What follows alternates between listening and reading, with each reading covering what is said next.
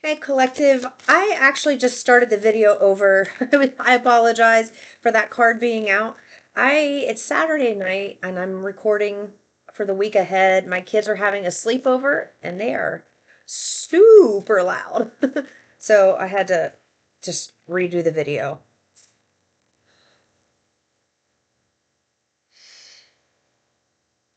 You have connect to source and facing fears. And interesting, this card was already out and this one flew out, and we have 47 and 46. There's a de-escalation here.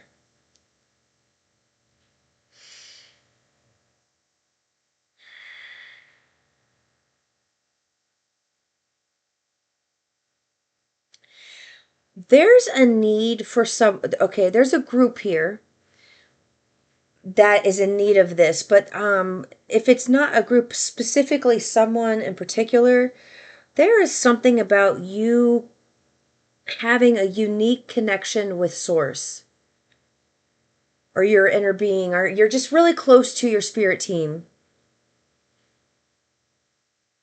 They want to upgrade you. They want to take it further. They're like, your spirit team is, it's like they're waiting on you to accept something, like accept a challenge here. And the challenge is to accept yourself. I just got this message. You know what this is giving me? Kind of like Abraham Hicks' teachings. You know how Esther breathes. I would consider it breathing, because when it's happened to me, they physically, I could feel them breathing me, and I'm in and out of it. I'm not conscious to what they're really saying. It's like they're physically making my body do things. And that's what I'm getting here is somebody's got a stream where they're trying to awaken that energy within you.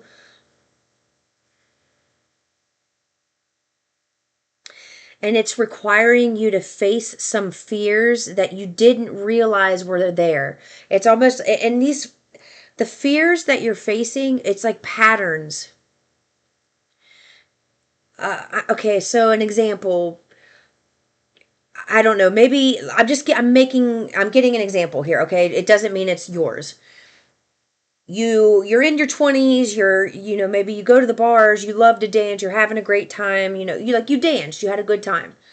Then you get out of the bar scene, you get family life, and you're not in the bar scene anymore, and all the dancing that you used to do that you love so much went away with the bar. Source is trying to get you to pick up the dancing again without the bar. Okay, let's just say that. And you're having to face a fear. You used to go to those bars all the time and shake that ass, right? You went there, you had a good time, you were around people, enjoyed yourself. Now fast forward, life has happened. You're not in the bar scene anymore. You got maybe a family, you got a job, and you haven't been doing those things. Source is asking you to step out of your comfort zone, and they're asking you to dance. You put on some music or a video, and you're starting to follow along, and you just fall into a puddle of tears. And you don't understand why, when you tried to do something now that you used to do that made you feel so good and so free, now it's making you fall to the floor in a puddle of tears. Something like that. It's going to be different for each of you, but there's scenarios where you were really good at something, or you used to do something a while ago, and now source is asking you to come back around and do that thing again, but they're asking you to do it from a different frame of reference. So, like, for example, maybe you are supposed to be dancing in some form. Maybe your new career is going to require you to learn choreography. It's going to require you to be physical. It's going to require you to be confident enough to stand on a stage and do choreography for some reason. Things like that. But you fell into a puddle of tears when you just tried to dance. Why? Why would that happen? That is happening because there are unresolved wounds and trauma inside of you that is coming up and coming out. That is another form of grounding. Yes, you can go and you can ground yourself in earth. Yes, but this form of grounding is you taking a fear basically and facing it head on. You may not even realize this was a fear. And what is the fear? Was the fear dancing? No. The fear was, if I allow myself to move and gyrate my body, I am going to get made fun of. I'm going to get exposed. I'm going to get shamed. And I'm going to be told I'm not good enough. I'm going to be ridiculed. So those are the messages that are actually inside of your body that are keeping you from the dancing. And you had no idea why you can't do, why is it so hard for you to do something now that you used to do so many years ago? That is why. The trauma that's happened in between, the messaging, the broken relationships, the programming that's happened in between then. And now you're healing and you're coming from a place where you're connected to source and not connected to the bar scene. And I'm just giving that as an example. But you're not dancing in a bar scene. You're dancing for yourself. You're dancing to move your body and feel free. You're dancing to get in shape. You're dancing because you're going to be somebody leading a classroom of line dancing to show people how to have fun, get up and move their body and get healthy. It's like you have to be able to work through those emotional blockages through the physical activity. That it's like you got to push yourself just a little bit. If you fall, if that just happens, so let's just say that happened to you. You go to do something and all of a sudden tears start welling up in you. What do you do in that moment? You allow yourself to fully cry it out first. You don't try to push it away and ignore it and pretend it didn't happen. Let the tears come out, because what is happening in that moment, you're literally clearing out your physical vessel through tears, which is pain coming out of your body. So as you are grounding, doing that activity, and then you stop to cry, all of the messages, the memory in those messages that you're hearing is coming out through your tears. It's coming out through your tears. So first, allow yourself to cry.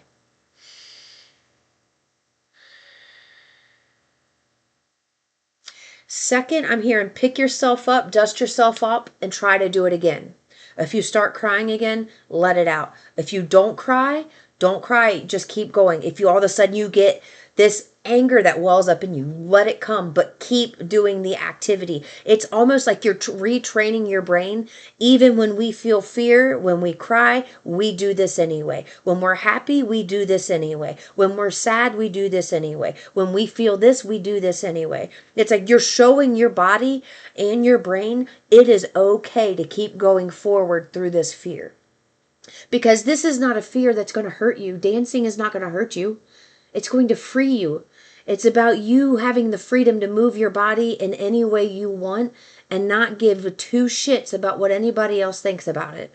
And I'm just giving that as an example. Again, I feel like I need to keep repeating that because I don't want people in the comments saying, I don't dance, blah, blah, blah. Well, it's a general reading, people. Make it fit for you or don't make it fit for you. Okay? It could be something, it could be riding a bike. It could be playing a guitar. It could be, I don't know, whatever you guys did. But there's something here about you needing to face fears that are attached to emotional trauma from experiences in the past that are getting in the way of you moving forward into your future. And that is it. I also just got this message. Somebody would benefit from a run walk program, like starting to do like the Couch to 5K program. I did that years ago and I ended up training for a half marathon. So it is legitimate, but they're giving me something like they want you to walk and then do 30 seconds of jogging or a burst of just running or light jogging for 30 seconds. And they want you to do that to help. It's almost like it's almost like you got this energy here and you've got this seething energy on top that's doing this.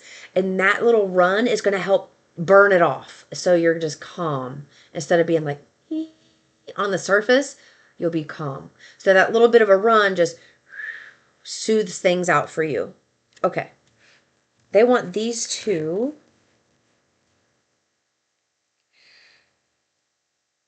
Okay, yeah. Look, so push to the surface. You may have become complacent. You might be stalling or in need of a new surge of energy. Become aware of the dynamics in your life. Stay present and flexible. You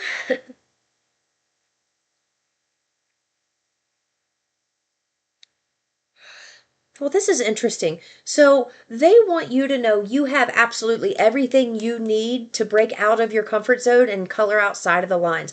They were just showing somebody, and they're saying it's significant for the imagery. Just wearing a white t-shirt, white shorts, and there's like paint flung all over you, barefoot, and the room is full, like flung in paint. There's just, it's wild, it's creative, it's free, and it's just you in this paint, and you're in this room, and I'm seeing you stretch, and then I'm seeing you jump, and then I'm seeing you fling paint, and then it's like they just want you to be that free. Like, who told you have to stay here? Who says that the walls have to be white? Who says the cabinets have to be wood? Throw paint on the damn cabinets. It's they're really wanting you to be wild and express yourself, because when you start stepping out of your comfort zone to push through that surface, you're going to have these cathartic moments where you have bursts of tears and you start crying. But in one time it'll be through because of pain, because you feel like inadequate. But then the next time you cry, it's going to be tears of freedom, of relief. Like, wow, I didn't know I could feel so free from doing something so simple. So it's like you're showing you, they want you to show yourself ways to like feel robust and fun and color your world where you are.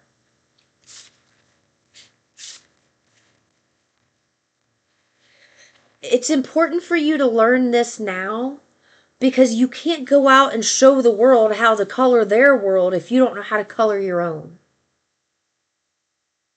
You are meant to be a support for other people. You are meant to be a mouthpiece for other people. You are meant to show people new and creative ways to free themselves when they feel like there's no freedom. To find happiness within themselves when they don't feel happy. It's like you are somebody who's, you being connected to source is really important right now in a very unique way, because you're doing something different than anybody else. So while you this is it, this is interesting. They're given an energy of, if you feel like weird or out of place when you do it, it's just because it's new. It doesn't mean that you're doing something wrong or you need to be ashamed of it. It's, you're a leader. You're being shown how to do something new. So when you're being shown something new, it's going to be new to everybody else around you too. And right now you may have this buffer of time where people aren't really listening to you the way that you feel you deserve to be listened to, but the time is coming where that's going to change.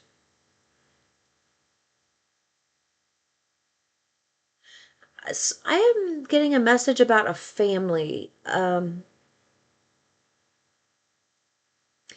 It's interesting. It's almost like I'm getting a family where you have your kids, and then, well, that's mom. Well, that's dad. But to the world, that's somebody super famous, or that's somebody super famous. Well, that's just my mom. That's just my dad. It's like your family, while they love you to death, they're not going to be the ones looking up to you with immense adoration. They're going to be the ones keeping you grounded. And they want to point that out. If you're looking for immense adoration from your children right now, an appreciation in a way that you feel you deserve it through some other sector or some other experience, you're not going to get it that way. Kids are going to help keep you grounded in some type of niche where you're going to need to stay grounded, because it's I'm getting an energy where of a lot of people kind of wanting to be around you so much, to the point where in the beginning you kind of feel like you're floating off the ground because everybody's loving you so much. But then the kids come in as a reality check, like, okay, okay, okay, I remember who I am. So um, they're bringing that message through too. And then let's just see what these are. Back on task. Be sure you are using your time in the best possible manner. You might consider reviewing your goals, your schedule, or a project you're working on. All could use some fine tuning. Take a step back and try looking from a different perspective. Okay.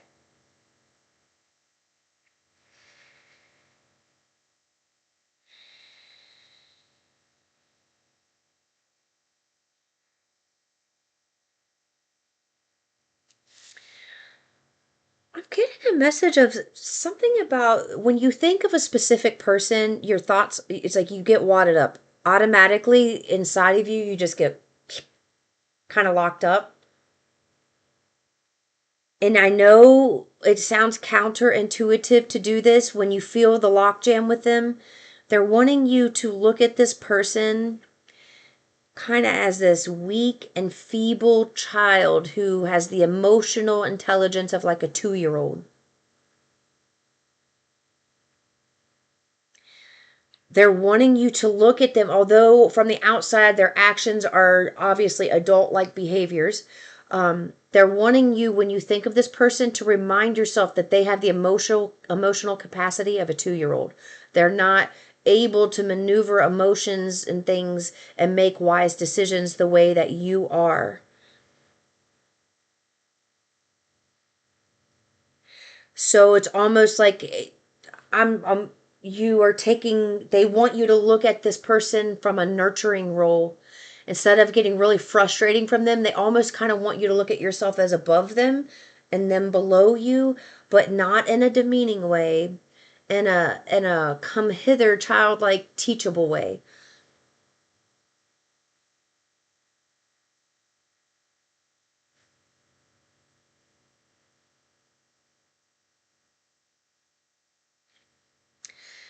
They want you to get a piece of paper out, put a big square rectangle on it, 5 days a week, and they want you to create a schedule, some type of like a block scheduling, some type of schedule for yourself, and they want you to follow that schedule to a T as much as you possibly can. Something about someone here having a little bit too much freedom, and the freedom is keeping you from staying on task. The freedom is keeping you from staying focused on the things at hand. So, like for example, if you worked a 9 to 5 and then all of a sudden you're working from home for yourself. When you worked the 9 to 5, you had to be there at a certain time. You had to be at your desk doing certain tasks, certain duties. You went to lunch at a certain time, then you came back and you did certain tasks, certain duties, then you ended your workday. They're wanting you to create some type of schedule like that for yourself and stick to it even at home. When you're at home, you have to stick to this schedule, stick to those tasks at that time. You take a lunch break and then you come back and then you stick to your task at that time and then you end your workday. They're really wanting you to build a schedule for yourself to make it's almost like you don't really know what's expected of yourself. So then you just kind of you drift away easily because you're not really understanding the expectations. I'm also hearing you need to have this schedule visual for you, like in your view. So I don't know if you want to make this schedule, hang it up somewhere, put it up somewhere. They're saying that it's important for you to have this in your view so that you can stay on task in the beginning. Okay. All right, guys. This reading's longer than I expected. I am going to leave it there. Peace and love.